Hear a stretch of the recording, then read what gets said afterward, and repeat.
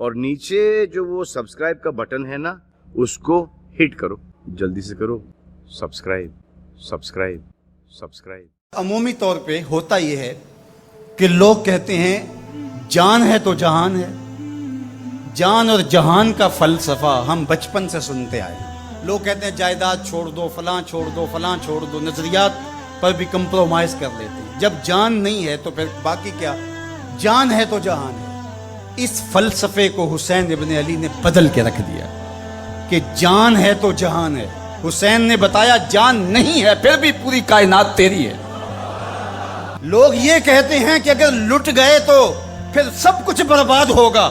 حسین نے یہ فلسفہ دیا لٹ کے ہی تو آباد ہوا جاتا ہے۔ یزید سب کچھ بچا کے بھی نہ بچ سکا، حسین سب کچھ کٹا کے بھی زندہ و جاوید رہا۔ یہ فلسفہ دیا سب کچھ کٹ جائے، سر نیزے کی نوک پہ بھی چڑھ جائے، خاندان کی لاشیں بکھری پڑی ہوں اور گھوڑوں کی ٹاپوں تلے روندی جائیں، کفن بھی کھینچ لیے جائیں، خیموں کو بھی آگ لگا دی جائے، لیکن سر شہیداں پھر بھی نیزوں پہ بلند ہی رہے گا، اونچا ہی رہے گا۔ یہ فلسفہ حسین ابن علی نے، یہ سر جھکنے کے لیے نہیں ہے، یہ سر اوپر بلند ہونے کے لیے۔ اور میں ایک بات کہا کرتا ہوں، لوگ سر بچانے کے لیے ہاتھ دے دیتے ہیں، ظالم کے ہاتھوں میں ہاتھ دے دیتے ہیں کہ سر بچ جائے۔ حسین نے ہاتھ بچانے کے لیے سر دے دیا۔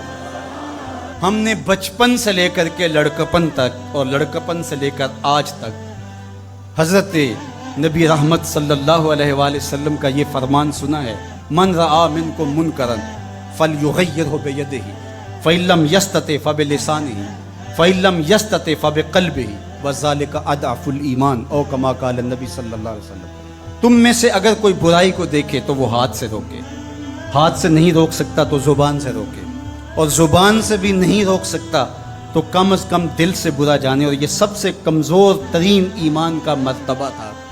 جو لوگ کہتے ہیں امام حسین کربلا میں کیوں گئے، میں انہیں کہتا ہوں امام حسین حضور کی گود کے پالے ہوئے تھے، کمزور ایمان والے نہیں تھے کہ دل میں ہی کڑتے رہتے اور ظلم کو اور جبر کو اور زیادتی کو اور ناانصافی کو ہاتھ اور زبان سے نہ روکتے۔ حضرت امام حسین کے خطبے دیکھ لیجئے، قدم قدم پہ خطبے دیے۔ محمد بن حنفیہ کے نام جو آپ نے وصیت نامہ لکھا تھا، آپ نے فرمایا انی لم اخرج عاشرا ولا بطرا ولا مفسدا ولا ظالما، میں سیر سپاٹے کے لیے نہیں جا رہا اور نہ ہی میں اپنی کسی خواہش کی تکمیل کے لیے جا رہا ہوں۔ میرے اہداف میں، میری خواہشات کے کسی گوشے میں یہ موجود نہیں ہے کہ میں تخت و تاج حاصل کر لوں گا۔ انما خرجت لطلب الاصلاح فی امت جدی، میں اپنے دادا کی امت کی اصلاح کے لیے جا رہا ہوں۔ ارید ان آمر بالمعروف وانہی عن المنکر، میں امر بالمعروف اور نہی عن المنکر کے جذبوں سے مالا مال ہو کے میں اس سفر کو اختیار کر رہا ہوں۔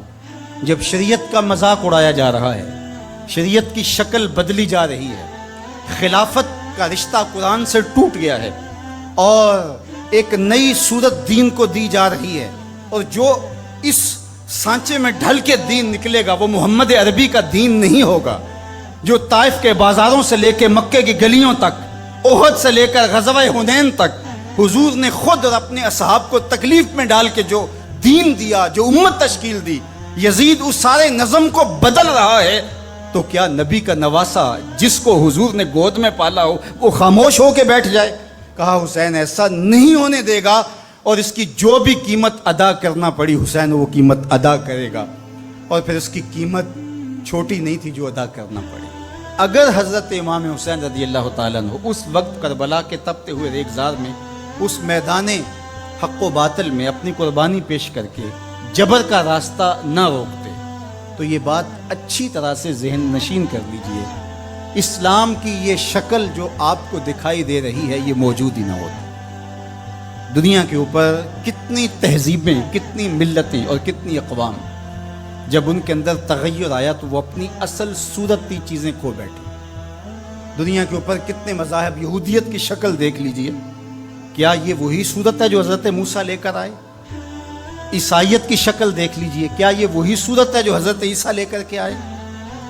ابھی کچھ دن ہی نہیں گزرے تھے تو حواریوں کے بعد جو ہوا اور جس طرح سے دین عیسیٰ کا حلیہ بگاڑ کے رکھ دیا گیا، جس طرح موسوی دین کی شکل تبدیل کر کے رکھ دی گئی، تو کیا دین محمدی کی شکل باقی رہ جاتی؟ جب یوں دین کی صورت اور شکل کو بدلنے والے میدان میں آپ موجود ہوئے تھے، لیکن باقی ادیان، باقی تہذیبیں، باقی ملل، باقی قومیں، ان کی شکل اس لیے تبدیل ہو گئی کہ اس شکل کو بچانے والا کوئی حسین وہاں نہیں، اور یہاں اس دین کی اصل صورت اور شکل اس لیے موجود رہی کہ اس دین کو بچانے والا حسین ابن علی موجود تھا۔ مسٹر گوکھلے نے کہا تھا کہ اگر حسین ابن علی رضی اللہ تعالی عنہ نہ کھڑے ہوتے تو اسلام یا تو مٹ ہی جاتا، اور اگر موجود رہتا تو اس کی وہ شکل نہ ہوتی جو محمد بن عبداللہ لے کر آئے تھے،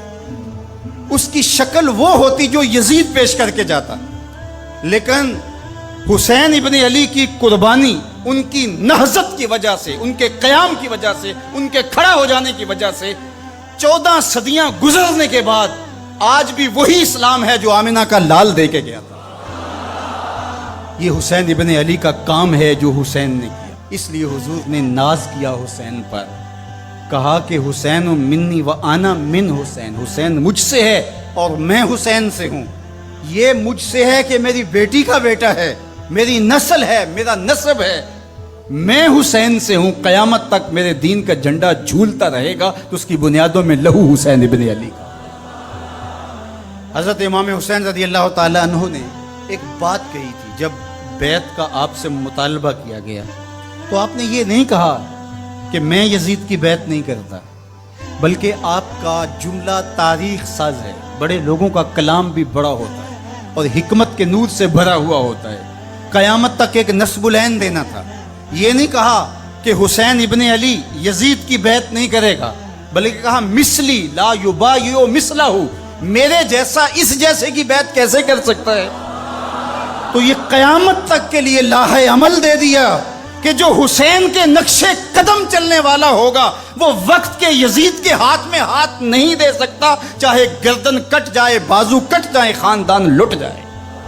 یہ حسین ابن علی کا پیغام ہے۔